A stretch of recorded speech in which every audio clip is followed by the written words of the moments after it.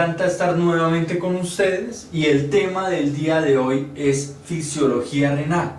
Vamos a ver la primera parte de fisiología renal, es decir, la generalidad de los conceptos básicos, lo que debemos saber y conocer acerca del riñón en general.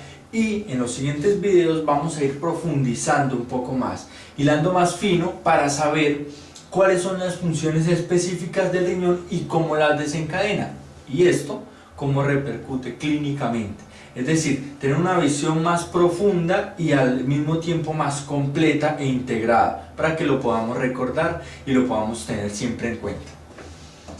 Entonces lo primero que vamos a hacer para hablar del riñón es hablar de sus funciones generales. Para eso voy a utilizar la palabra renal, lo pueden recordar de la manera como quieran, pero pues a mí me sirve para recordar cuáles son las funciones. El riñón tiene funciones con la R reguladoras. ¿Qué regula? Regula la cantidad de agua, regula la concentración de los electrolitos, regula también el balance hídrico y osmolar del organismo. Esto es importante tenerlo en cuenta. Como les digo, más adelante vamos a ir profundizando. Por ahora quiero que hagamos una idea general. Pongámonos en contexto en el riñón. También tiene funciones endocrinas por E.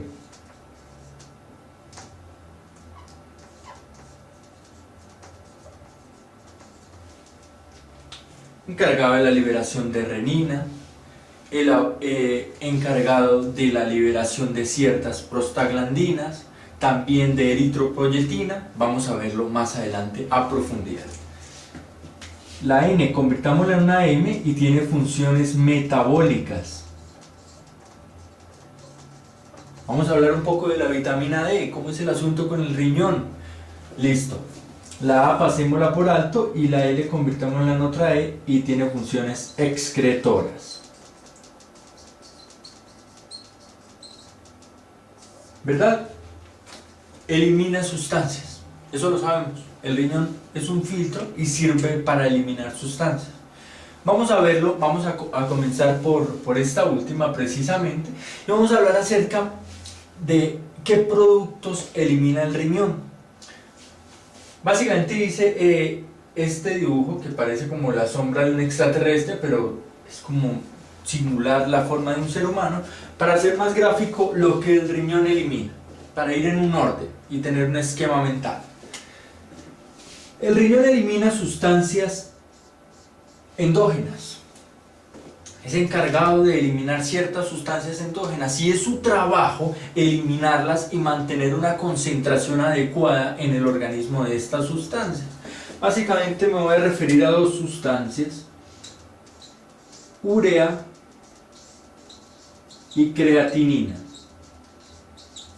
Urea, proveniente del metabolismo de las proteínas, de los aminoácidos, y creatinina, proveniente del metabolismo en el músculo de la fosfocreatina. También vamos a verlo a profundidad. Por ahora tengan en cuenta que hay sustancias en el riñón que deben ser eliminadas, que el riñón es el encargado de eliminarlas, y una de estas, de las que acabo de mencionar, es importante, tiene relevancia clínica porque es la que utilizamos como parámetro indirecto para determinar la función renal, es decir, si el riñón está funcionando bien o no tan bien. ¿Cuál de estas dos? Muchos ya saben que es la creatinina, ¿verdad? Es la creatinina la que utilizamos como parámetro indirecto para determinar si ese riñón funciona bien o no funciona bien. ¿Por qué la creatinina y no la urea? Debemos tener en cuenta que la urea se puede elevar en condiciones en las cuales el riñón esté funcionando bien. Es decir, no nos sirve porque a pesar de tener un riñón que esté funcionando bien, la urea se puede elevar. ¿Cómo hacemos el procesamiento de la creatinina? Bueno, tomamos una muestra de sangre, ahí determinamos la concentración de creatinina, y si la creatinina no está elevada, pues se supone que el riñón está haciendo una correcta eliminación de la creatinina. También debo agregar esta salvedad: puede ocurrir que la creatinina se eleve a pesar de tener un riñón funcionando bien. Eso puede ocurrir porque si hay alteraciones musculares que pueden elevar la creatinina y el riñón puede no eliminar la cantidad necesaria para mantener niveles normales, lo que conocemos como niveles estándar. Entonces, pero básicamente lo que debemos recordar es que creatinina es uno de los parámetros que usamos para determinar la función renal. ¿Por qué? Porque generalmente en condiciones fisiológicas se produce constantemente y el riñón la elimina constantemente. Entonces se mantiene un rango, una brecha de concentración de creatinina que nosotros determinamos como normal. La urea no, porque hay muchas causas que pueden elevar la urea y no se hace tan fácil de reconocer si la causa de la elevación de la urea fue por la alteración del riñón o por otra circunstancia médica. Ahora paso a este dibujo que traigo para ustedes. Es un diagrama muy elemental, pero que espero nos sirva muchísimo para comprender más acerca de cómo expulsa el riñón ciertas sustancias. ¿Qué tengo acá? Acá tengo un bosquejo del sistema gastrointestinal, el esófago, el estómago, el duodeno. Acá la circulación enterohepática, este sería el hígado obviamente, y aquí la vía biliar, que la dibujé como en otro trazado y con color naranja. Acá la circulación del hígado a los tejidos, es decir, como la circulación general, podríamos pensarlo así. No estoy detallando en anatomía, lo que nos interesa es tratar de comprender la fisiología y el comportamiento de ciertas moléculas con respecto al riñón. Acá supongamos que es un tejido cualquiera, un tejido X, no nos interesa, realmente solo es para ejemplificarlo. Y acá la circulación que llega al riñón, esta sería la primera parte de una nefrona.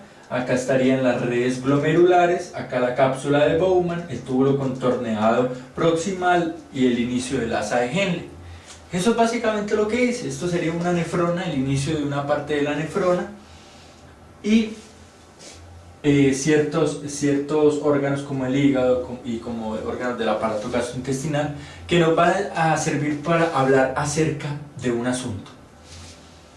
Dice que el riñón elimina sustancias endógenas, pero también elimina sustancias, y le voy a hacer una boca, elimina sustancias exógenas como medicamentos. Es importante que como trabajadores en el campo de la salud, que tenemos que tratar pacientes, pues comprendamos, ¿verdad?, de qué se trata la eliminación de los medicamentos. Tal como comprendemos lo que debemos hacer al formular un medicamento, también debemos tener en cuenta qué ocurre cuando ese medicamento está en el organismo y qué debe hacer el organismo para poder eliminarlo. Conceptos básicos de farmacología, de absorción de medicamentos, de biodisponibilidad, de biotransformación, los vamos a ver en un momento. Por ejemplo, que los medicamentos deben ser liposolubles para aumentar y facilitar su absorción. Es decir, dentro de un medicamento ideal para la absorción por ejemplo por vía gastrointestinal, pues entre más liposoluble sea el medicamento, pues se va a hacer mucho más fácil la absorción. Eso es un concepto claro, que la liposolubilidad le permite al medicamento atravesar membranas más fácilmente. Eso es claro. Pero que esa misma liposolubilidad, al momento que está en el momento que está dentro del organismo, pues se convierte en un obstáculo para ser eliminado, que como le facilita el ingreso, también le hace más difícil su eliminación. Eso es claro, eso es un concepto que debemos tener claro. ¿Qué ocurre? El riñón juega un papel importante con este tipo de medicamentos, con los medicamentos que deben ser eliminados. Salidas de medicamentos tenemos muchas, hasta por la piel, pero básicamente lo que nos importa es saber si un medicamento es eliminado por vía hepática o por vía renal. A mí en este momento me interesa saber cómo un medicamento es eliminado por vía renal. Supongamos entonces que administramos al paciente un medicamento X liposoluble y que tiene una muy fácil difusión a través de las membranas, se absorbe muy bien, llega a la circulación enterohepática, llega al hígado, y en el hígado, ojo a esto, en el hígado, si es un profármaco, si nosotros lo que le administramos al paciente es un profármaco que se activa en el hígado, pues lo que va a suceder ahí es un proceso de metabolización que va a activar la sustancia. Eso también lo debemos tener en cuenta. La diferencia entre los profármacos y las sustancias activas. Si es un profármaco, el medicamento llegará al hígado o incluso en el plasma también se activan medicamentos y con reacciones enzimáticas se va a activar. Si no es un profármaco, pues simplemente tendrá que pasar por el hígado y llegará a la circulación general para finalmente abordar el tejido hacia el cual va. Entonces, supongamos que este no es un profármaco, sino es una sustancia liposoluble que va hacia un tejido en especial, supongamos que es este, y en ese tejido genera una reacción, entonces desencadena su efecto, el efecto que tuviese, y se generan metabolitos. Estos metabolitos que pueden ser también de características liposolubles. Entonces hasta ahora lo que tenemos es una molécula que hizo su efecto, se absorbió, llegó al hígado, se distribuyó a través del organismo, fue al lugar donde debía generar su efecto y básicamente ya cumplió su función. Ahora debe ser eliminada. Pero esta molécula es liposoluble. Es decir, no va a ser tan fácil de eliminar, por lo que ya sabemos, por lo que ya habíamos hablado. Supongamos entonces que tenemos estas dos rutas, la ruta hepática y la ruta renal para eliminarlo. Tratemos de eliminarlo por vía renal. Ahora este es el metabolito que quedó del medicamento que administramos, ya cumplió su efecto, ya sufrió ciertos procesos de metabolización y ahora se va a tratar de eliminar. Llega al glomérulo, atraviesa el glomérulo, la membrana basal glomerular, ingresa a la cápsula de Bowman, ingresa al túbulo contorneado proximal y por ser lipofílico, liposoluble, tiende a atravesar las membranas del túbulo contorneado proximal, es decir, las membranas, las células epiteliales del túbulo contorneado proximal, como las membranas, que es una bicapa lipídica, entonces al ser liposoluble se puede reabsorber por esta vía. Y como estas células están pendientes de tragar, de consumir, de llevarse lo que esté pasando por ahí para reabsorberlo, entonces se hace más fácil para esta sustancia X reabsorberse y permanecer en el organismo. Entonces, administramos el medicamento al paciente, pero no lo estamos eliminando. Y el proceso es administrar, cumplir su efecto y salir. ¿Verdad? Entonces por el riñón fracasamos. Tratando de eliminarlo por el riñón fracasamos debido a su liposolubilidad y la presencia de las células epiteliales que reabsorben el medicamento. Ahora tratemos de eliminarlo por el hígado. Supongamos que difunde muy fácilmente a través del sistema venoso hepático y llega a la vía biliar. Se puede eliminar por vía biliar, llega al sistema gastrointestinal, es decir, a la luz del sistema gastrointestinal, y lo que ocurre acá es que al tratar de ser eliminado, por persistir con sus características liposolubles, es muy fácilmente reabsorbido.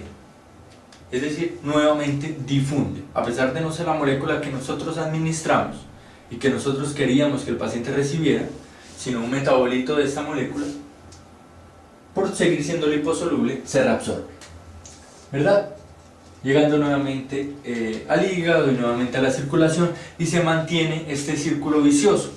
Claramente se eliminará cierta cantidad del medicamento, no toda se reabsorbe, pero tampoco toda se elimina, que es lo que requerimos. Entonces miren, han pasado varios procesos y finalmente lo que ocurre es que no se elimina el medicamento. O sea, estamos ahí como llenos del medicamento, totalmente indigestados con el medicamento, no lo podemos eliminar por completo. Y aquí llamamos a un superhéroe que, entre muchas otras funciones, tiene esta, de corregir esta situación. ¿Quién es este superhéroe? El hígado. El hígado nos va a venir a tratar de corregir esta situación con un proceso que se conoce como biotransformación. Biotransformación, eso suena como una cantidad de cosas que se pueden hacer para resolver algo. Bueno, biotransformación en este caso es intentar, ojo a esto, es intentar, un intento del hígado de modificar las características químicas de estas moléculas liposolubles para convertirlas en moléculas hidrosolubles. Es decir, aumentar su polaridad. Pero como esto puede que suene un poco confuso, lo voy a hacer como siempre, de una manera absolutamente fácil, y para eso traje a este amigo. Liposoluble, el lipidín, pongámosle, para que sea más fácil llamarlo. Supongamos que esta es la molécula que nos tiene totalmente llenos del organismo y no la podemos eliminar. Esta es altamente liposoluble y no la podemos eliminar porque se reabsorbe por el hígado, se reabsorbe por las células del túbulo contorneado proximal.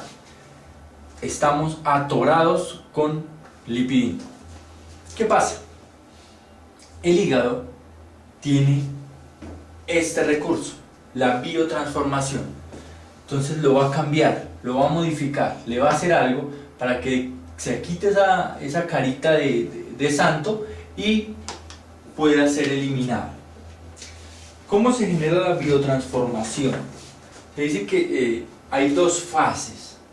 Entonces se ha denominado el proceso de biotransformación en fases y se dice que hay dos fases, la fase 1 y la fase 2. Lo importante es saber qué hace la fase 1 y qué hace la fase 2 de una manera fácil. La fase 1, ¿qué hace? Ojo a esto, lo que hace la fase 1 es tomar parte de la molécula y modificarla sin agregarle nada. Es decir, voy a tomar parte de esta carita de lipidín y le voy a modificar algo, pero no le voy a agregar nada, simplemente voy a moverlo y voy a hacerlo parecer hidrosoluble. ¿Listo? ¿Queda claro? Es simplemente como maquillarlo, pero no le agrego nada, simplemente le modifico la cara, tan. Básicamente, para que entiendan, lo que ocurre es esto. Eso es biotransformación fase 1. No le agregué absolutamente nada, tiene sus mismas partes, su boca, sus ojos, sus cejas, pero lo único que hice fue agrandarle la sonrisa y que me dejara ver sus dientes, su boca. Y ahora puede hacerse pasar como hidrosoluble. Ya es una molécula hidrosoluble. Y al momento de ser eliminada, lo que ocurre es lo siguiente. Bueno, primero les voy a mostrar biotransformación fase 2. Eso es como las fases de Dragon Ball. Fase 1, modifico algo que ya tenía la molécula, es decir, esta es la molécula y la convertí en esto. Le expresé su sonrisa y sus dientes, ya se hace pasar por liposoluble. Ahora vamos a ver biotransformación fase 2, que suena increíble, pero es absolutamente sencillo. Esta es la molécula original y lo que voy a hacer es, en este caso, modificarla. Igualmente, debo modificarla para hacerla pasar por hidrosoluble, algo le tengo que cambiar, no la puedo dejar igual. Voy a modificarle algo, pero esto que le voy a modificar sí requiere que le agregue algo, que le adicione algo, es decir, que le ponga una molécula. El hígado lo que va a hacer es ponerle una molécula para hacerla pasar por hidrosoluble. Entonces lo que ocurre es algo como esto. Entonces ya el lipidín no quedó igual, ya tiene de hecho cabello y su carita cambió, pero lo importante acá es que vean que tiene otra cosa que antes no tenía. Miren, antes no tenía cabello, ahora tiene cabello. Le agregué una molécula, le agregué algo que lo hace pasar como hidrosoluble. ¿Cuál puede ser esta molécula? Si nos ponemos ya a revisar y salimos de la parte didáctica de las caritas y esto, por ejemplo el ácido glucurónico. Esta puede ser una molécula de las que el hígado utiliza para adicionarle, para agregársela a la liposoluble y irse junto con ella para poder ser eliminada y hacerse pasar por hidrosoluble o ser más hidrosoluble. Esto es fase 1 y fase 2. Fase 1, le modifico algo de su propia estructura. Fase 2, le agrego algo. Absolutamente fácil, espero que haya quedado entendido. Pero aquí no termina la historia continúa. ¿Qué ocurre? ¿Qué pasa? Yo soy el hígado y tengo dentro de mí estas dos moléculas. Sea transformada por fase 1 o sea transformada por fase 2 de biotransformación, o de hecho una molécula puede sufrir fase 1 de biotransformación y fase 2. Pero lo que pasa en el hepatocito, no olviden, esto ocurrió dentro del hepatocito, él se encargó de hacer esto, es que al volverlas hidrosolubles, pues le quitó la posibilidad de difundir fácilmente a través de las membranas, ¿verdad? Entonces se quedó ahora el hepatocito con esto ahí metido y no lo puede eliminar porque no difunde fácilmente a través de las membranas. Entonces, ¿qué ocurre? El hepatocito, especializado en manejar este tipo de sustancias, lo que expresa son transportadores, presenta transportadores en la membrana que permiten el paso de la molécula dentro del hepatocito a la vía biliar, es decir, al sistema colector biliar o a la circulación general, es decir, se deshace de las moléculas. Fácilmente el hepatocito a través de transportadores se deshace de las moléculas, tal que estas moléculas se pueden eliminar por vía biliar y no van a tener ningún problema al estar dentro del tracto gastrointestinal porque no se van a reabsorber ya que son hidrosolubles, o se va a ir por la circulación general y va a llegar nuevamente al glomérulo, va a ser filtrado por las fenestraciones del endotelio del glomérulo, va a llegar a la cápsula de Bowman y en este caso, por ser tan hidrosoluble, no va a ser reabsorbido debido a que ya no puede atravesar membranas. Espero haya quedado entendido la parte de la biotransformación y cómo el riñón requiere que las sustancias sean hidrosolubles para poder ser eliminadas, y sobre todo que nos quede en mente por qué se requiere que sean hidrosolubles para que no se nos olvide. Otro aspecto que puede eliminar el riñón son las toxinas.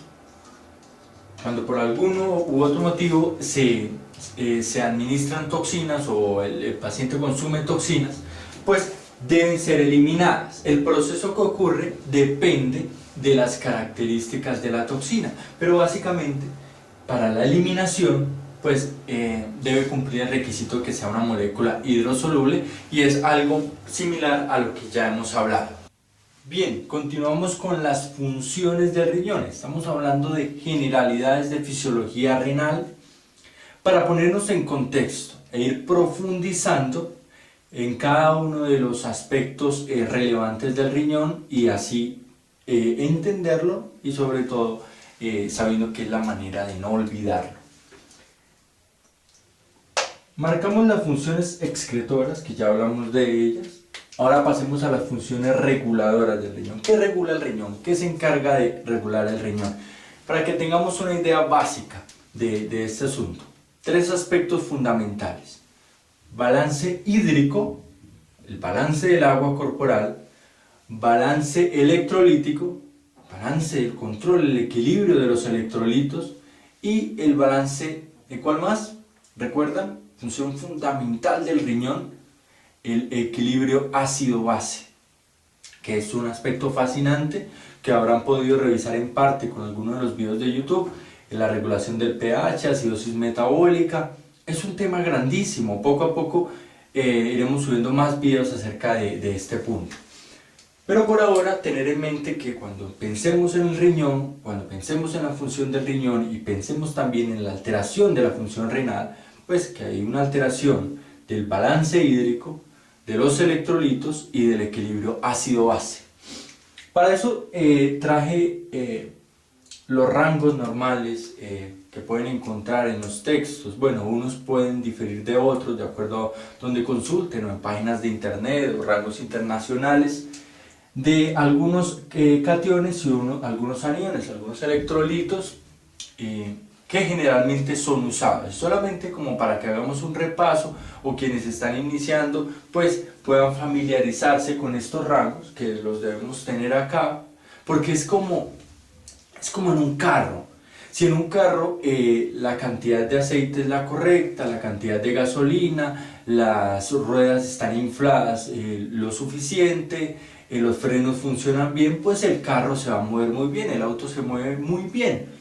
Pero pues si de pronto el aceite se está acabando, los frenos fallan, las ruedas están desinfladas, pues probablemente el carro no vaya a funcionar muy bien. O si uno de estos aspectos falla, puede influir en el funcionamiento de otras partes del carro, ¿verdad? Exactamente ocurre lo mismo con nuestros electrolitos, son fundamentales para el funcionamiento de nuestro organismo. Y pues se deben mantener dentro de unos rangos para que el organismo funcione óptimamente. Claro, ojo, puede funcionar el organismo si alguno de estos se sale de los rangos, pero empieza a funcionar mal. Y entre más fuera de los rangos, más lejos de los rangos se encuentre, pues peor va a funcionar y obviamente en ciertos casos puede llegar a la muerte. Entonces comencemos por el sodio. ¿Recuerdan cuál es el rango normal? Bueno, se dice que entre 135 y 145 miliequivalentes por litro, también lo pueden encontrar como milimoles por litro.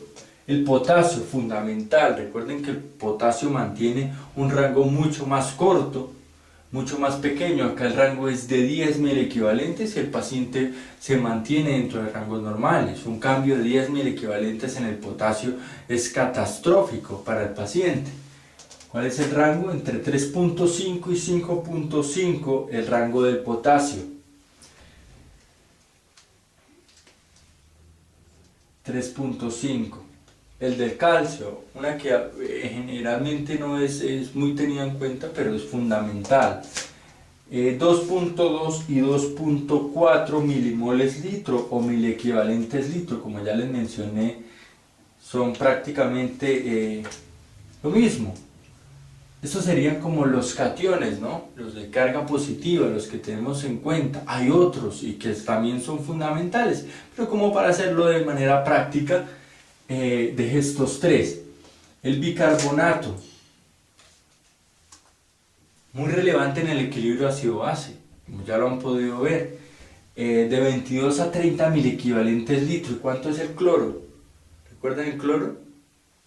También fundamental. La brecha aniónica tiene en cuenta el cloro, las causas de alteración de la brecha aniónica hiperclorémicas, pero si no sabemos cuánto es la concentración del cloro normalmente en plasma, 98 a 108 miliequivalentes litro, podrán encontrar otros valores, pero generalmente se mantiene como en ese promedio.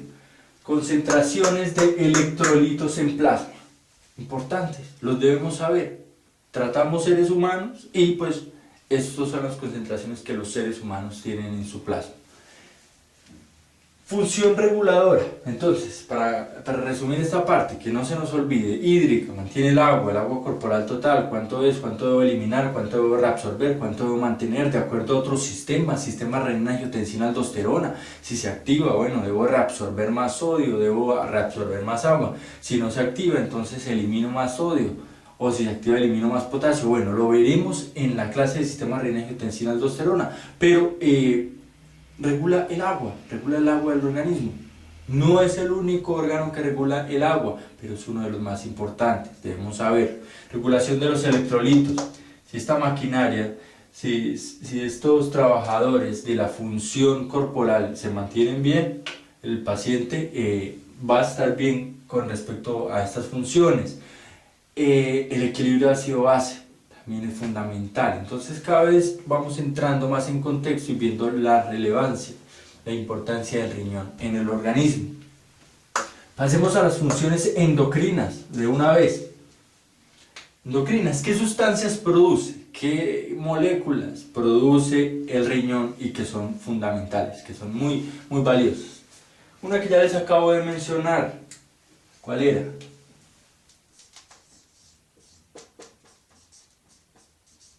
La tal renina. Renina producida en el riñón. No sé si realmente se llama renina porque se produce en el riñón, pero se llama renina y es como el que activa el sistema de respuesta renina, angiotensina, aldosterona, que entre otras cosas modula principalmente el volumen intravascular y el tono de los vasos sanguíneos. Entonces, como les digo, lo vamos a ver en una lección aparte, sistema renina, angiotensina, aldosterona, pero recordar que el riñón en unas células especiales produce la renina, células granulares del aparato yuxtaglomerular. Eso suena complicadísimo, pero van a ver que es muy sencillo. ¿Qué más produce el riñón? Prostaglandinas. También es verdad, produce prostaglandinas. Y no se nos olvide la eritropoyetina, ¿verdad? Importante tener en cuenta a la eritropoyetina. Sí, es muy valiosa porque, bueno, si pensamos en la eritropoyetina, quienes han leído tienen una idea que estimula la producción de glóbulos rojos por la médula ósea. Eso es una idea general, pero como la idea es que no se nos olvide, que entendamos lo que ocurre y por qué el organismo, por qué la biología nos dio esta hormona, pues vamos a ver cómo lo hace, ¿verdad? Que es como una manera de recordarlo. Para esto quiero que se pongan en la posición de las células que lo hacen. No les he mencionado cuáles células lo hacen, lo vamos a ir descubriendo poco a poco, pero quiero que se pongan en la posición, si ustedes les dieran el trabajo, les encargaran producir una sustancia que estimule la producción de glóbulos rojos, estimule la generación de glóbulos rojos. Si ustedes les dieran esa labor, seguramente muchos dirían, bueno, pues si yo tengo que determinar cuándo debo producir, cuándo debo estimular la producción de glóbulos rojos, pues al menos requiero una manera de saber si el organismo necesita o no, porque no los voy a producir cuando hay suficientes, o no quiero dejar de producirlos cuando se han disminuido. Entonces, al menos requiero una manera de saber cuándo debo producirlos, cuando se disminuye. Y bueno, ¿y cómo sé cuándo se disminuye? Entonces, permítanme tener como unos sensores, ¿verdad? Ustedes pedirían como unos sensores para saber si debo o no producir. Algo más o menos así pasa en el organismo, solo que estas células que producen la eritropoyetina no tienen la capacidad de ponerse a contar si hay suficientes glóbulos rojos, ¿verdad? Entonces no van a decir, ahora están muy poquitos glóbulos rojos, entonces estimulemos, o ahora hay muchos, entonces no estimulemos la eritropoyetina. No, no lo hacen con la cantidad de glóbulos rojos, lo hacen midiendo la función de los glóbulos rojos. Es decir, como sabemos que los glóbulos rojos se encargan de transportar el oxígeno, pues lo que desarrollaron estas células fueron sensores para ese oxígeno. Si disminuye la concentración de oxígeno por donde están esas células, si esas células detectan que disminuyó la concentración de oxígeno, pues van a estimular la eritropoyetina, van a decir, bueno, aquí está pasando, por aquí por donde estoy yo parado, está pasando muy poco oxígeno. Antes pasaba así, bien, buena cantidad. Ahora está pasando muy poco oxígeno, muy poco oxígeno. No, activen la eritropoyetina, necesitamos que se produzcan más glóbulos rojos, porque como célula, supongo que si hay menos oxígeno y en el ambiente está el oxígeno para todo el mundo, pues es que de pronto esté fallando el transportador, el taxi del oxígeno, que es el glóbulo rojo, ¿verdad? Entonces, no mido, ojo a esto, no mido la cantidad de glóbulos rojos, sino los mido en su función, en la concentración de oxígeno.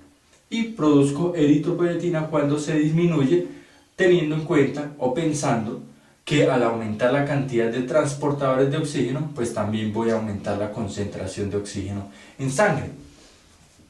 Ya les he dicho mucho para suponer dónde y cuáles deberían ser estas células, ¿verdad?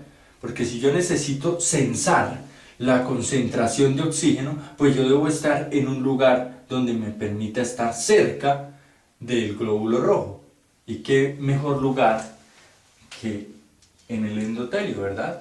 Que ser una célula endotelial, que pasar a ser una célula endotelial que está en contacto íntimo con un glóbulo rojo. ¿Y qué mejor lugar para estar muy cerca de un glóbulo rojo que en un capilar? Entonces, en las células, si tenemos que pensar en dónde se produce la eritropoyetina, pues bueno, ¿qué hace la eritropoyetina? Bueno, aumenta la producción de glóbulos rojos en la médula ósea. Entonces pensamos, bueno, ¿cómo hace el organismo para saber que necesita eritropoyetina? No puede producir cada día, cada luna llena o cada vez que, no sé, 2 semanas, cada vez que se le ocurra. No, cada vez que ocurre un proceso. Bueno, ¿cuál sería el proceso ideal? Pues cuando disminuya la concentración de oxígeno, es decir, que se necesiten más. ¿Y qué mejor lugar para saber que disminuyó la cantidad de oxígeno en la sangre? Que es una célula endotelial. Las células endoteliales de un capilar. Y como sabemos que es en el riñón, y probablemente no es en el glomérulo, porque el glomérulo ya tiene su función, pues en la otra red capilar del riñón. ¿Cuál es la otra red capilar del riñón que no es el glomérulo? Porque recuerde, y hago un paréntesis, el glomérulo es una red de capilares, pero es una red que comienza en arteriola y termina en arteriola, no pasa al sistema venoso. Generalmente las redes de capilares comienzan en la sangre arterial y terminan en el sistema venoso, ¿verdad? Pero esta es arteriola, de la aferente a la eferente.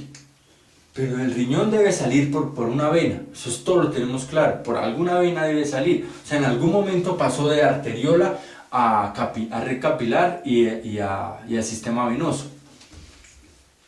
¿Dónde están esas arteriolas? Bueno, fíjense a esto. La arteriola eferente continúa como arteriola, pero no muere como arteriola. Se divide nuevamente, diciendo que en algún momento esta arteriola como un todo se dividió acá en glomérulo, se divide la arteriola eferente en una nueva red capilar. Y esta red capilar se ubica alrededor del túbulo contorneado proximal. Es una red peritubular, lo pueden encontrar así, como una red capilar peritubular. Y son estos capilares los que tienen estas células endoteliales, que tienen esas proteínas especiales que sensan la concentración de oxígeno y producen eritropoyetina. ¿Listo? Entonces, espero que absolutamente claro cómo es el sistema de producción de eritropoyetina. Esta célula, amplifiquemos una célula endotelial, supongamos que es esta, y tiene un sensor para la concentración de oxígeno. Cuando disminuye la concentración de oxígeno, activa una respuesta celular que va al núcleo y esta respuesta celular estimula la transcripción del gen que codifica a la eritropoyetina, que como ustedes saben, en el proceso celular va a los ribosomas, se produce la proteína eritropoyetina, se libera y va a la médula ósea estimulando la producción de glóbulos rojos. También dicen, hago unas pequeñas salvedades, porque esta es como la regla general, pero algunas pequeñas salvedades. También dice que puede estimular la producción de otros tipos de células, pero en general en la médula ósea, pero en general es de la línea roja. Y también se puede encontrar que la producción de eritropoyetina puede ser dada por unos fibroblastos que se encuentran alrededor de los capilares, es decir, además del endotelio, de los fibroblastos pericapilares. Como salvedades, como para que de pronto encuentren en algún texto que hay otros lugares donde se pueden encontrar, pero como lo que quiero darles es una idea clara y general, pues esto es como el esquema básico de la producción de eritropoyetina. Creo que queda absolutamente claro. Y repasamos la función endocrina. Renina, el switch que activa el sistema renina-angiotensina-aldosterona, prostaglandinas, y que tiene muchísimas funciones en la red capilar, en el volumen de sangre que ingresa al capilar, que lo veremos más adelante, y eritropoyetina estimula la producción de glóbulos rojos. Ya vimos cómo funciona este sensor, entonces espero que haya quedado absolutamente claro. Bueno, entonces ya repasamos las funciones reguladoras, endocrinas, excretoras del riñón, ¿verdad? Pasemos a las metabólicas, terminemos con las metabólicas y hagamos un breve repaso de una sustancia muy importante que a veces no la tenemos en cuenta con el riñón, pero que hace parte realmente de su función, y es la vitamina D. Hablamos un poquito de la vitamina D, que tiene una sustancia que tiene una historia grandísima en la medicina, pero ahorita lo que nos interesa es hablar acerca de su formación, porque es allí donde interviene el riñón. Resulta que es algo más o menos así: los rayos ultravioleta del sol en la piel, al impactar sobre la piel, activan una sustancia llamada 7, ojo a esto, 7-dehidrocolesterol, una sustancia que se encuentra en la piel, y hacen que esta sustancia se transforme a colecalciferol, ¿verdad? No olviden este paso. El colecalciferol se produce en la piel gracias a los rayos ultravioleta del sol, pero es a partir de un precursor llamado 7-dehidrocolesterol. Este colecalciferol va a ir al hígado y se va a hidrolizar, va a sufrir un proceso de hidroxilación en el hígado en el lugar 25. Entonces va a quedar como 25, supongan cómo se va a llamar si sufre hidroxilación, hidroxicolecalciferol, ¿verdad? 25-hidroxicolecalciferol, una sustancia que no es activa, pero en el hígado, ¿no? No olviden que fue en el hígado donde ocurrió esta hidroxilación, pero se va a hidroxilar nuevamente en el riñón. Entonces vamos a ver dónde en el riñón, vamos a ubicarnos, porque eso es como si me dijeran sufre hidroxilación en Paraguay. No, pero Paraguay, ¿en dónde? ¿En qué lugar? ¿En qué parte? Para eso les traje este esquema pequeño, muy sencillo, muy fácil. ¿Qué estoy dibujando acá? Red capilar glomerular, arteriola aferente, red capilar arteriola aferente, cápsula de Bowman, túbulo contorneado proximal, células epiteliales del túbulo contorneado proximal. Ahí, ubíquense ahí, donde comienza la nefrona, en la parte de arriba de la nefrona, glomérulo, cápsula, túbulo contorneado, células epiteliales del túbulo contorneado proximal, que son encargadas de absorber muchas sustancias. Recuerden que ya lo hemos visto.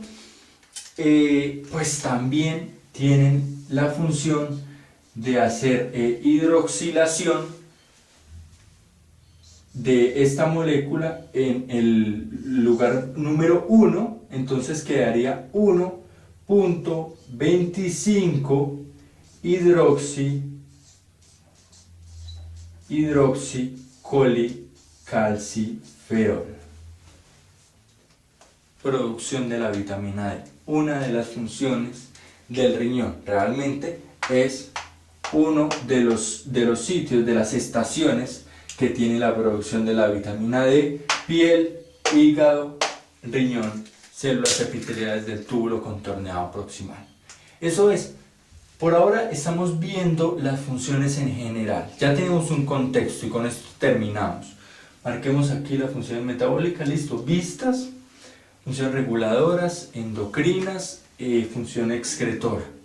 Ya tenemos una visión general, ya tenemos un contexto y a partir de esto podemos empezar a construir y a hilar más fino con respecto a las funciones del riñón. Vamos a hablar de glomérulo, vamos a empezar a abrir ese riñón grande que teníamos y vamos a ir a abrir y entrar un poco más. Vamos a hablar de glomérulo, membrana basal glomerular, cápsula de Bowman, tasa de filtración glomerular, reabsorción, sistema renina-angiotensina-aldosterona. Después vamos a entrar un poco más con patología, síndrome nefrítico, síndrome nefrótico, siempre buscando la manera de recordarlo, de hacerlo absolutamente fácil y de recordarlo gracias a que lo entendemos. Si nosotros lo entendemos, seguramente lo vamos a recordar y le vemos cuál es la importancia, cuál es la aplicación de aprenderme esto, toda esta teoría para aplicarlo en algo. Entonces, en los siguientes videos vamos a ir viendo a profundidad más de nefrología, específicamente de la nefrona, y espero pues que lo recomienden, que si les gustó el video comenten cualquier sugerencia, si se me pasó por aquí algún comentario torpe, que se haya dicho algo fuera de contexto, fuera de lugar, pues les agradezco también lo mencionen. Y pues no duden en recomendarlo, unirse al grupo en Facebook, CJ Medicina. Pueden encontrar en Facebook como CJ y Medicina. Con mucho gusto les agregaré y en el canal de YouTube pues pueden encontrar toda la información. Muchas gracias. Chao.